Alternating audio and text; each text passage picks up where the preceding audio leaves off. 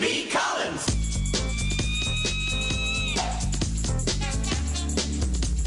Peter B. Collins News and Comments.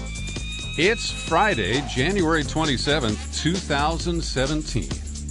And I'm trying something new today. As I record my podcast at the secret studio north of San Francisco, I am live on Facebook, providing a video feed. And I see Alex Marin is already checked in, the very first viewer of our live video feed today. And I know that on Facebook, dogs, cats, and puppies are extremely powerful in drawing an audience. And so I promised to provide a little cameo appearance by my lovely studio dog, Chloe Rose, who is here with me, and our listeners to our ordinary podcast can't see her. But if you go to Facebook, this live broadcast will be archived, and you'll be able to see it at your convenience, whenever you feel like it, on demand, as they say. Chloe, thanks for being with us here today. You get an extra cookie here. Here you go. And Chloe, I hope you can keep your mouth shut during the podcast, because that's where we're going to start today. I have been advised, along with all other members of the media, by Stephen Bannon, the bully's bully, the counselor to Donald Trump in the White House, who said that the media is the opposition party. And he asked to be interviewed in the New York Times. They put it on the front page. He doesn't usually grant interviews to corporate media outlets, only to, very reliable right-wing groups like Breitbart, where he came from. And he said the media should be embarrassed and humiliated and keep its mouth shut and just listen for a while. Well, Steve, I really don't know how to keep my mouth shut. And unaccustomed as I am to being ordered to do so, it really just, it produces the reverse reaction. It makes me want to speak even more. And I think my colleagues in the corporate media and the independent media feel very much the same way. So Bannon is described as the strongman behind the Trump bully. He's the guy who helped send Sean Spicer out to the podium in the press center last Saturday, where he delivered this attack on the media over the crowd estimates for the inauguration that appeared to have been dictated directly by Trump himself. Maybe it was tweaked a little bit by Steve Bannon. But Bannon is trying to settle scores, and he is attacking the media organizations that elevated Donald Trump to the position he's in today. Without all the free media coverage that he got on television and in print and online, Donald Trump, I don't think, would be president today. He racked up billions of dollars in free media coverage, and the other candidates were left in the dirt. So for him to continue this bunker mentality and the whole idea that Trump is in a long-running war with the media, well, many people have noted that this is one of the elements of fascism, that you attack the media and the good government observers, and it is one of the elements you use to establish an authoritarian or dictatorship type of regime. So Bannon is unapologetic, and he thinks that we should accept the alternate facts, the alternate universe that is presented on a daily basis by the Trump administration. And as you can tell, I'm not buying it. So this week, Trump started on Monday night with a meeting with congressional leaders and said that his alt reality is that there were millions of illegals who voted in last November's election. And we now have discovered that there is a source for this lunacy. And his name is Greg with 2 G's, Greg Phillips. Trump tweeted about him at 5:12 this morning. Looking forward to seeing final results of vote stand. Greg Phillips and crew say at least 3 million votes were illegal. We must do better. So CNN had him on with Cuomo. What is Cuomo's first name here? I'm sorry. I don't have it in front of me, but the Cuomo guy. And Well, Phillips said 3 million illegal immigrants voted, but he's still working to prove it. And he really was, I think, discredited in this interview. Chris Cuomo. Thank you, Carl. That's the cool thing about this video thing is I can see the screen and who is watching right now, and people can correct me when I get stuck, like, what's Chris Cuomo's first name? Snopes.com, which debunks things that are believed to be untrue, says that we scoured at least a dozen articles for evidence to support the claim but found none. They all point back to the same source, a pair of tweets by Greg Phillips, whose Twitter profile identifies him as the founder of VoteStand. Well, at BuzzFeed today, they drill down and give us more information. And what we learn is that this guy, Greg Phillips, is essentially a freelancer. VoteStand is described by itself as America's first online election fraud reporting app. He also says he's a member of True the Vote. That's a Tea Party election activist group. And on November the 11th last year, he tweeted, completed analysis of database of 180 million voter registrations. Number of non-citizen votes exceeds 3 million. Now, examining registrations will not tell you who voted. That's simply the people who are eligible to vote. And so there's a huge disconnect here. And the more this guy talks, the less credibility he has. So if this is Trump's source, wow. It's amazing. Trump appears to respond to TV shows, to Twitter feeds and Twitter blasts, but he doesn't have any intellectual curiosity. He doesn't appear to seek additional information. He just turns on the TV. And one of the things, if you watch too much TV, you will get a sense that crime in the United States is, far excessive of reality. And in fact, over the last 20 years, crime rates in most important categories have declined sharply in this country, except on TV, where the primetime entertainment shows and the news programs all accentuate criminal behavior and turn it into a bizarre form of entertainment. So Trump went to Philadelphia for the Republican congressional retreat. And when he got there, he decried Philly's rising murder rate. I mean, just terribly increasing. Only it went down slightly last year, and over the last 10 years, it has declined sharply. He's also been called out for a clear lie about Chicago. Now, I'm not trying to deny that Chicago has a serious murder problem, and gun violence is out of control there. But Trump explicitly said that when Barack Obama went to Chicago in early January to give his farewell speech, that 2 people died in Chicago while Obama was speaking. And reporters have dug into that. Guess what? It's an alternative fact.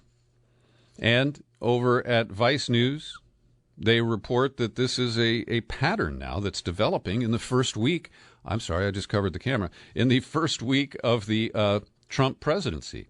He said that killings have risen by 50% in Washington, D.C., but that's not true either. There was, in fact, a 17% decrease in the last years when you compare from the data available. And violent crime in Washington dropped by 10%.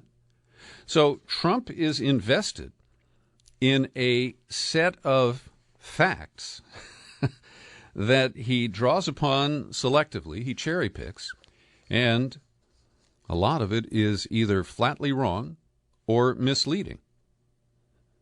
And when I look back just at the last 7 days, we've seen that Donald Trump exhibits serious insecurity and narcissism. He is petty, worried about what people think about the crowd size. He is petulant, demanding that the media genuflect in front of him. He is paranoid. He talked at an inaugural ball last Friday night about enemies who want him to give up Twitter. Enemies? Who are your enemies, Donald? I haven't really seen that. And he's now become a pathological liar. He may have been before, but he has exhibited this clearly in the examples about crime that I just cited. So to its credit, the Washington Post, which often reports stenographically the inaccurate information in the Beltway, Washington, D.C. They ran a piece today, what we talk about when we talk about Donald Trump and gaslighting.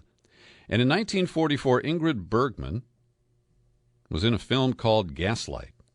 And in it, the characters are able to basically change the sense of reality to make somebody feel crazy. To gaslight someone isn't just to lie to them or to manipulate their emotions. It is a deliberate attempt to deceive someone into questioning their own perception of reality. So, gaslighting has become very common.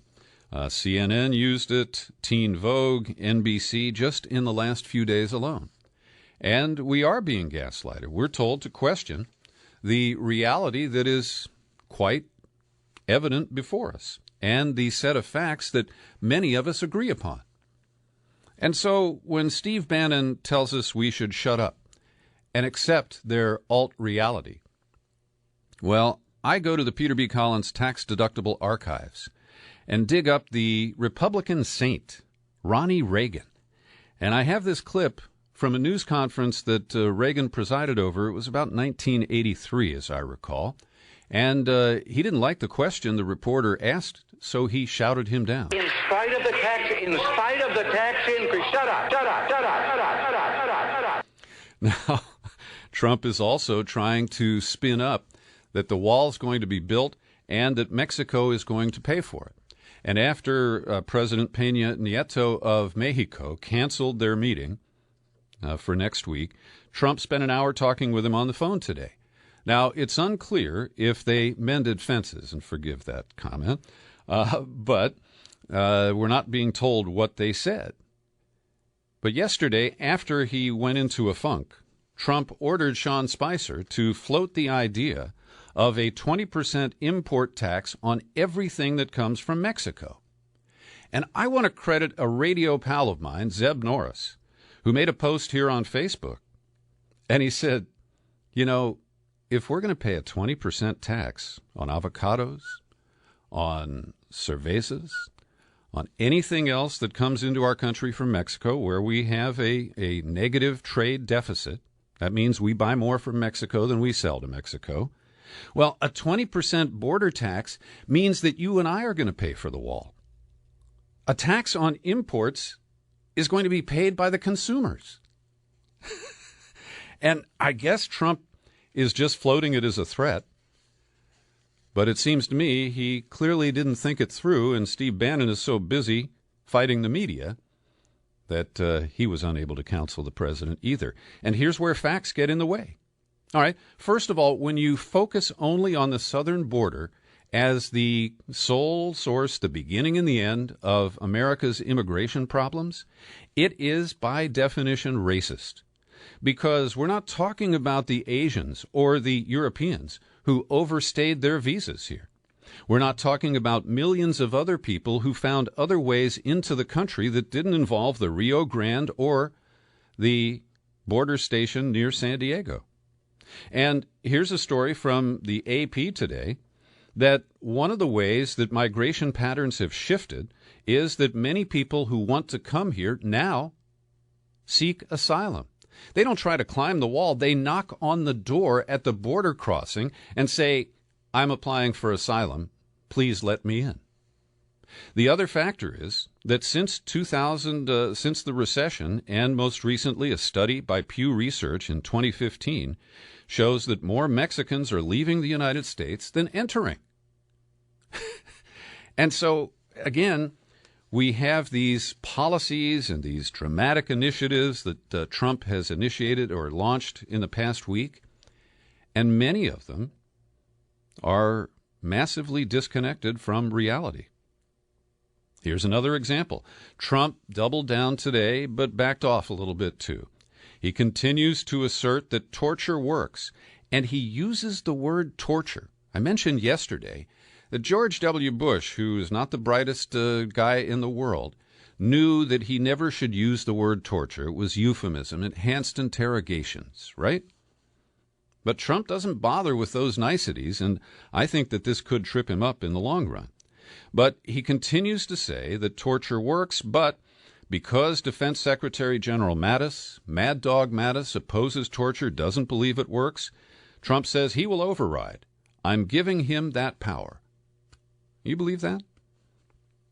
I don't think that the ego of Donald Trump will permit an override if there is some situation like a TV show that Donald's seen, like 24, The Ticking Time Bomb, where we've got to torture somebody to get information from them to, presumably prevent something worse from happening. So one of the other interesting things is that British Prime Minister Theresa May, who joined the president for a joint news conference after their lunch at the White House today, she's trying to kiss his ass big time. No question about it.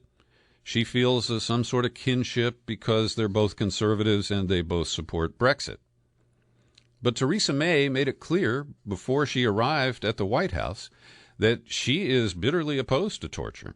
And I don't know if that had any impact on Trump, but I give her credit in the current context for taking that position.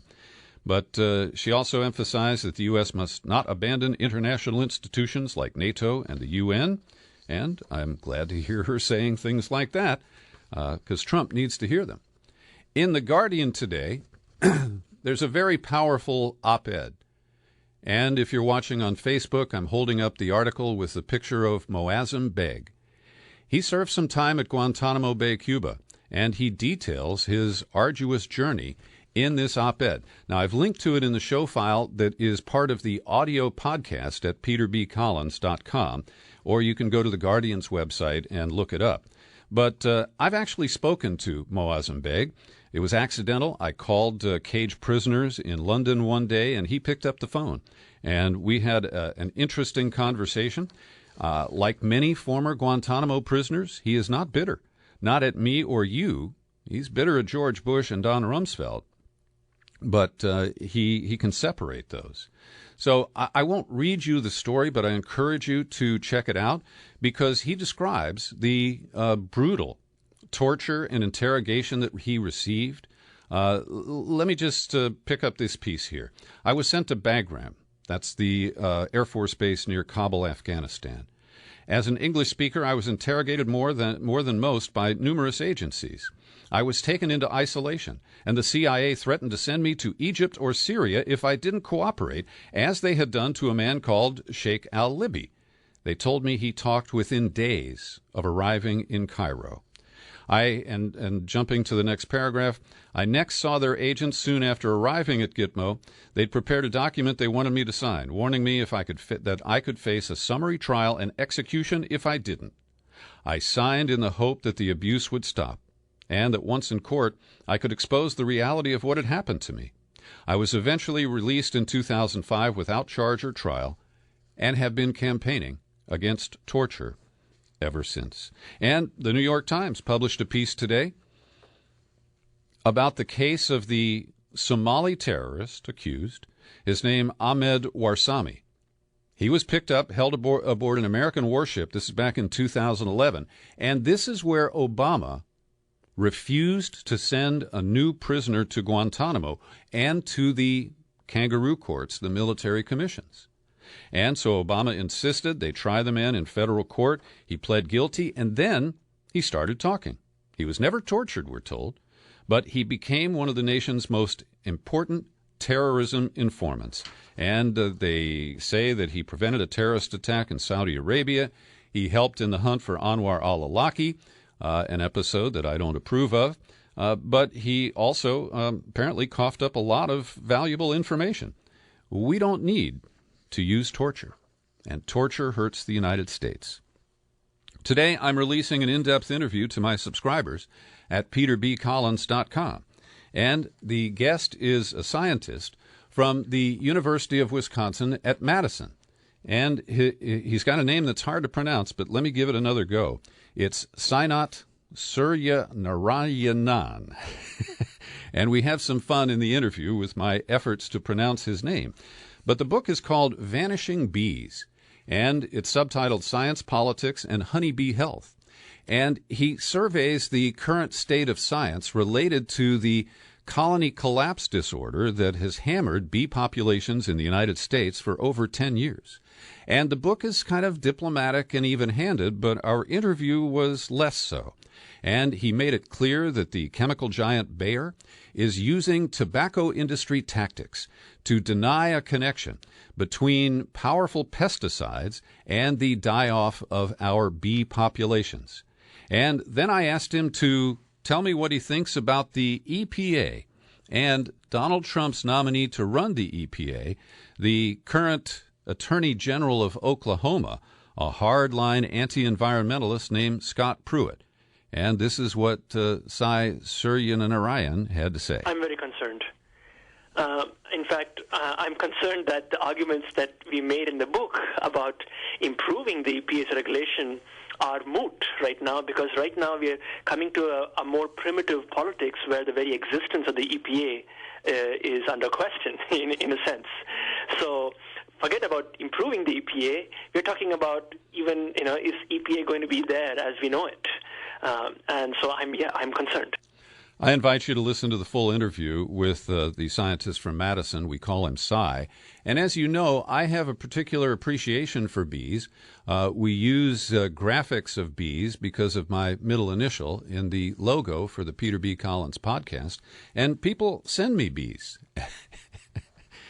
Here's one that came in from a listener several years back. So I collect them, and I do care about bees, and I think that you'll enjoy the interview and learn something like I did. Also, I want to thank some people who support my work here at the Peter B. Collins podcast. I have a number of subscribers. I have quite a bit of support out there, people who have been listening to me since I left commercial radio back in 2009. And I want to single out two people today, Shelley Stark and Ian Berman. They're both very staunch supporters of the work I do, and they put up some really strong endorsements of my work on Facebook just in the last few days. So I invite you to come over to peterbcollins.com, and if you'd like to become a subscriber, I'd like that. I'll be honest with you, over the past year, I lost a lot of my subscriber support because of the strong comments and opinions that I offered on the presidential campaign.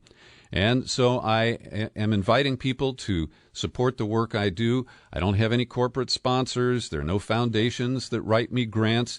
I do this with the help of people like you. So come on over to peterbcollins.com. It's easy to take out a subscription. You just click on the menu button, then pull down, click on Become a Subscriber. It takes you to the sign-up page. And if you're allergic to PayPal, don't worry, we can work around that. The details are on the sign-up page at peterbcollins.com. Now, I am a sometime critic of Rachel Maddow.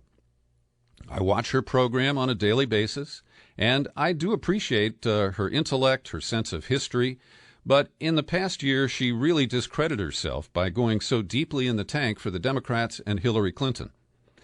So I want to praise the work that she did last night, because even Rachel Maddow has noticed that the Democrats, including the high-profile people like Elizabeth Warren, who have been hammering Donald Trump's cabinet appointments, asking them tough questions, grilling them to the max, and urging supporters not to whine and whimper, but to stand up and fight?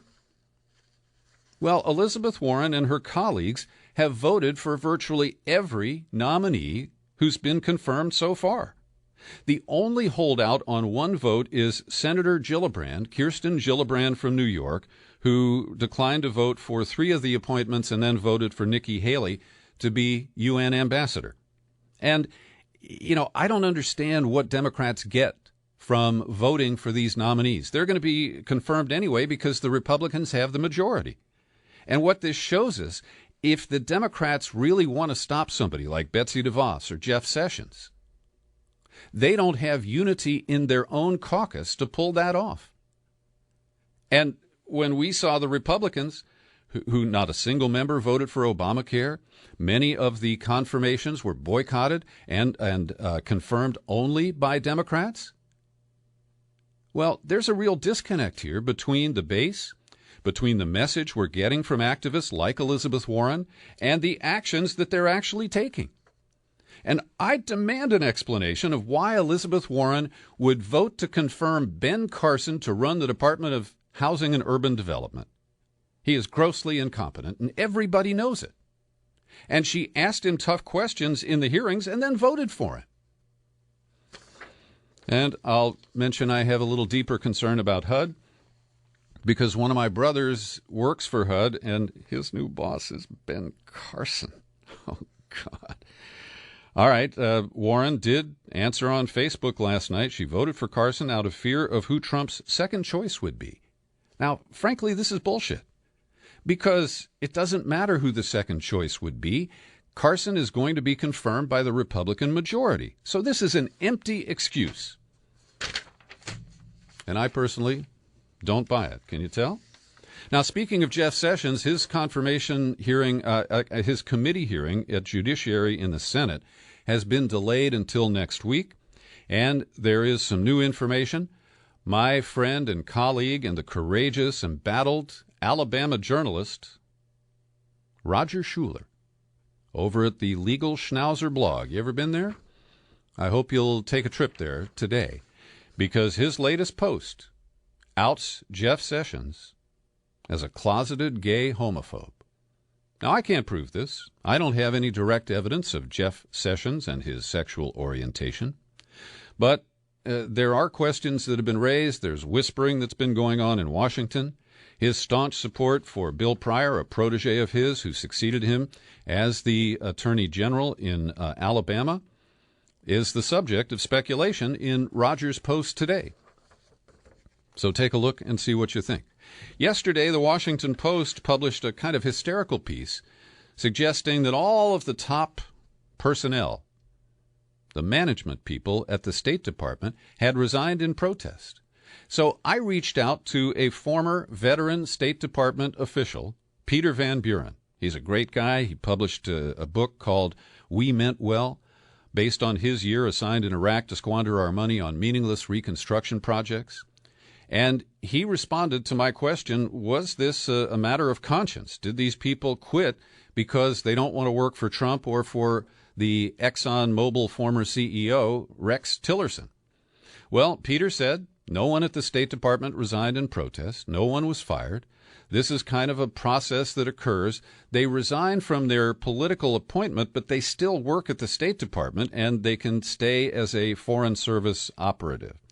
So several of the people who resigned are connected to the Clinton emails and the Benghazi story.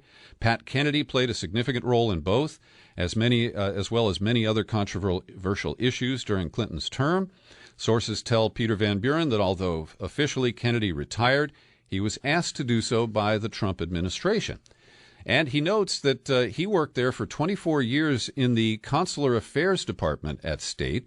He knows some of the people who are at the next echelon below those who have resigned. He said they all have equal experience and tenure. There will be no gap. And he sums it up by saying the Post, in my opinion, the Post article is, in my opinion, grossly alarming. And finally today, I want to share a story with you in case you missed it. We covered this earlier this week, and this started when I made a Facebook post and comments in my podcast warning people who are planning to protest the inauguration or join the women's marches around the country that if you want to avoid government surveillance, you should turn off your cell phone. And I was referencing Stingray, this dragnet surveillance system that simulates a local cell phone tower. It requires every cell phone near it to check in. And when it checks in, they can listen to you. They claim they don't listen to calls. They just look at metadata. But insiders have told me that they have complete control over your phone. And I want to thank Benny. Benny knows who you are. Benny is the name I've assigned to an insider in the surveillance state who has been sharing information with me to help educate me about these issues. And Benny has said, agencies have the technology to turn cell phones and other devices on from an off position. And this person says that Stingray and its companion gizmos have the ability to activate and capture cell phones. So trackers can capture a cell phone that is off, but the first step of the operation is to activate the phone to on and then capture the ID number. So also in subsequent communications, I learned that for most people now it's difficult to remove the battery from your phone. That was one way that Ed Snowden had tipped us, that you can limit the ability of somebody to externally manipulate your phone, turn on the camera, check your contacts, listen to your voicemails. So I want to thank Benny for coming forward and helping me get the details of this right. It's actually worse than I had thought. And I don't know if you caught it, but after the NFL playoff game on CBS last Sunday night, I tuned in to watch 60 Minutes. And instead, I got the debut of a new show called Hunted. And Hunted is a weird show. It is a contest where people on teams try to avoid being captured by fake law enforcement officials. They go on the lam. They're given an hour's notice, and if they can stay on the lam and evade capture, I think for 30 days, they win $250,000. And in the process, they reveal to us all of the surveillance systems that are available to the former government officials who populate the control room of the CBS show called Hunted. And I really am offended by this. I think that it normalizes domestic surveillance and makes some sort of a game out of law enforcement, hunts for fugitives, and things of that sort. I don't know if you've seen it, but I found it quite appalling. And as I close today, I've got one more clip for you from the Golden Gipper, Ronnie Reagan. It gives anybody the right to spew filth over the airwaves. Oh, sorry, wrong clip. Here it comes, I think, next. Oh, no, I queued up the wrong piece. Thanks for listening, and thanks for watching on Facebook today. You can catch the podcast anytime at peterbcollins.com. Happy trails to you until we meet again. Happy trails to you.